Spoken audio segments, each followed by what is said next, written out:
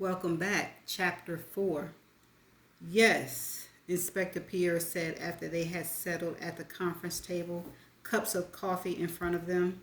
For a country with an average daily temperature in the mid 80s, coffee was an oddly popular drink in St. Lucia. Sydney had the interview recorded from multiple angles. The first was a shot over Sydney's shoulder that captured the inspector's responses straight on, with an occasional glance of the back of Sydney's head. Other viewpoints came from a second cameraman who moved from side to side, recording for a few minutes before moving to the next location, which occasionally framed Sydney's face as she asked her questions, but which mostly concentrated on Claude Pierre. After Julian's body was discovered, we were called onto the scene, Pierre said. The beach was cleared and taped off, and the medical examiner was brought in to handle the body, our forensic team as well. Sydney had notes on her lap that the cameraman was careful to leave out of the shot. The goal, when Sydney was in the scene, was to give the appearance of a neutral journalist's curiosity asking questions about the case. What do you remember about Julian Chris's body from that morning? When I arrived, the body was floating in shallow water off the beach. I remember the way he was inverted, even to this day. His feet came in first, and his torso and head were still underwater, like the sea was trying to take him, but the beach wouldn't allow it.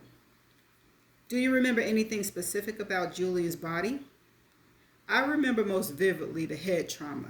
It was nearly all I could notice when the medical examiner crew pulled him onto land. It was determined Julian had died from a blow to the back of the head, is that correct? Ultimately, yes. But at the scene that morning, it was assumed he had fallen from Gros Baton. And why was that assumption made? He was a guest at the resort, and Gros Baton is a popular attraction. It was a reasonable assumption to begin with, assuming the tranquil and isolated nature of the resort. And when did your assumptions change from accident to homicide? My first clue was a blood splatter that we discovered on the bluff. The blood you found, Sydney said, imagining the crime scene photos that would run over the audio of her interview, made you suspect foul play? Of course. If the original assumption was that Julian had fallen accidentally, then there was no way to explain the blood splatter. With the discovery of blood, you figure someone had struck him. That's correct.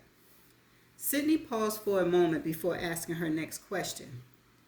More than 100 guests stayed at the resort on the night Julian Chris was killed. How did you so quickly settle on Grace Sabole as the one who killed him? The Girl of Sugar Beach pilot episode, based on an interview with Claude Pierre. Grace Sabole sat in a small meeting room behind the lobby's reception desk where the St. Lucian police had set up an impromptu interview area. A small rectangular table sat with 3 chairs, 2 on one side of Pierre and his assistant, and a lone chair across from them, where the subject of their interview would sit. Grace was first up, with a long list of others to follow as the day wore on. How did you know, Mr. Chris? Pierre started in a flat effect all business. He sat with his hands folded on the table, his long, thin fingers interlaced. His assistant scribbled furious notes onto a legal pad. A recorder sat in the middle of the table to capture the interview. He was my boyfriend. And what was the nature of your visit to the island of St. Lucia's? A thick Caribbean accent along with her nerves made it difficult for Grace to understand the detective. The nature of what? Grace asked in a strained voice that was on the verge of tears again. She'd been crying all morning and had become hysterical when the tuk-tuk that transported the gurney pulled past her group. Word had spread by then that Julian was missing and a body had been discovered in the water. Why are you here, Miss Sabole? Inspector Pierre asked in a stronger tone. Vacationing? No, yes, my friend was married a couple of days ago. We are here for the wedding. Who is we? Julie and I came together, but we met my parents and brother here as well, and all my friends. What is the name of the friend who was married? Charlotte. Surname? Grace shook her head. I'm sorry, I didn't understand what you asked. Surname, Pierre said in a booming voice. The charming Caribbean accent that Grace had so enjoyed from the resort staff had now turned into an ugly obstacle she had trouble hurdling. Your friend's last name, the assistant said in a calm voice, less deluged by impatience. Oh, Brooks. Charlotte Brooks. How did you know each other, you and the bride? Charlotte and I have been friends since high school. I guess, 10 years or so? I was her maid of honor. As the maid of honor, Pierre said, I can assume you and Miss Brooks are best friends. She's a friend, Grace said. Yes, of course, a dear friend. Your closest friend? Grace hesitated. She is a close friend, yes. Why are your parents and brother traveling with you? Our parents are friends, Grace said. Mine and Charlotte's. My parents were invited to the wedding. Where were you last night, Miss Sabold? Here at the resort. Where exactly? Tell me your day. Grace wetted her lips and ran a finger under her right eye to capture the last of her tears. We were at the pool in the afternoon. Again, Miss Sabold, who is we? All of us, Julie and me and all of our friends. Then I had a lunch date with my parents and brother, maybe 3 o'clock. After that, I went to my cottage and shower. Did Mr. Chris join you for lunch? No, he had something planned for last night, so he asked to skip lunch with my parents to get ready for it. What was he planning, Miss Sabold? I'm not sure. Dinner, I think. He asked me to meet him up on the Patan. Inspector Pierre straightened in his chair. On Gros Patan? Yes. Did you meet him? Grace shook her head. No. Mr. Chris asked you to meet him, and you said no? Grace shook her head again. No, I planned to meet him, but Marshall became ill and I had to stay with him. Who is Marshall? My younger brother. How much younger? Just a year. He's 25. Your brother, who is an adult, became ill and you were required to tend to him? What was the nature of his illness? He had a seizure. I had to stay with him until it passed. Pierre wrinkled his forehead. A seizure? Yes, Grace said. He has a... Grace tapped her fingers on the table to help her thoughts. He has a medical condition. Seizures are common for him, but when they come, he needs help. So I stayed with him. Surely there will be a record of you calling for medical assistance, an ambulance, or the resort nurse. No, I know how to manage Marshall's seizures, Grace said. He had them for many years, ever since the accident.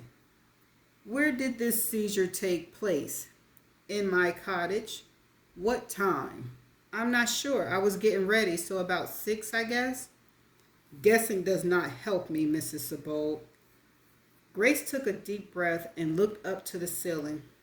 I would say it was just before 6. I was just out of the shower putting on makeup and drying my hair when I heard him start the seizure in the other room. Does your 25-year-old brother often spend time with you while you're dressing to meet your boyfriend? Your room seems like an odd place for your brother to be while you were showering. Marshall has a condition that makes him... He spends a lot of time with me, yes. It makes him comfortable. The scribbler took furious notes. When he was finished, he nodded at Pierre, who then continued his questions. Your brother had a seizure. What happened next? His seizures last only a few minutes, but it takes a while for him to recover afterwards. Maybe 30 or 40 minutes. It took some time to clean him up and get him back to his room and into bed. Clean him up? He had vomited, Grace said, the first strain of annoyance coming to her voice, and urinated on himself. I got him new clothes and waited while he took a shower. How long did that process take? An hour, maybe? It was probably 7 o'clock by the time I got him back to my parents' cottage. Your vagueness is not at all useful, Mrs. Sabode. I'm not trying to be vague. I didn't record the time, sir. I'm telling you what I remember, the best that I remember it. You had plans to meet Mr. Chris, though. You must have had a sense of time since you are now running late. Yes, a sense. I just can't tell you the exact time. Your brother is now in bed with your parents. According to you, it is 7 in the evening. Did you stay with him? No. I mean, for a while, yes. To make sure he was okay. My parents took over from there. Then I went to meet Julian. But by the time I got out to the beach, it was getting dark. I knew the hike up to the bluff would take too long, and I was scared to try it in the dark, so I waited on the beach. For Mr. Chris? Yes. And when Mr. Chris did not appear on the beach, as I'm sure he did not, you surely attempted to contact him, no? Call him or text him, or text message him. Our phones don't work here. There's no service down in this valley. Fair enough. But you must have mentioned his absence to someone of authority, no? Your parents or perhaps resort security? Grace curled her bottom lip inward and shook her head. No, not to anyone at the resort. I told my friend Ellie, and Ellie came to my cottage and stayed all night. Your boyfriend is missing, and this is of no concern to you? No, I mean, it was. I was concerned, but not that he was missing, not that anything bad had happened to him. If you weren't worried that he was missing, what exactly was the source of your concern? We had gotten into an argument that day. When I couldn't make it to the bluff on time, I figured Julian assumed I blew him off. I waited on the beach until it was dark. Then I checked his room. When I couldn't find him, I figured he was angry and avoided me. You and Mr. Chris had gotten into an argument? About what? What was he angry with you? Why was he angry with you? Grace took a deep breath. She held open her palms. He was my boyfriend. Occasionally we got into fights, but this particular argument, which occurred on the day that he was killed, what exactly were you fighting about, Miss Sabode? Grace took a deep breath. Do we really have to get into all of this? I'm afraid we do. Grace looked at the ceiling and wiped her tears again. Julian was mad about another guy. He was jealous, I guess. Jealous about what? I don't know. Julian thought Daniel and I were... He thought we had feelings for each other. Daniel? Grace shook her head, moved her gaze to the side, and stared helplessly at the notepad where the scribbler was slashing away. Daniel Greaves, she said. Daniel and I dated a long time ago, just briefly in college. Julian found out about it that afternoon and thought something was going on between us. Between you and Daniel Greaves? Inspector Pierre asked. Yes, there wasn't, by the way. It was just a stupid misunderstanding. Grace shook her head. Tears started to well again on her lower lids. Who exactly is Daniel Greaves, and why was he at Sugar Beach Resort? Grace looked once again at the recorder, which sat on the table, and at the messy shorthand, which Inspector Pierre's assistant was jotting onto the legal pad. Grace eventually closed her eyes. He was the groom.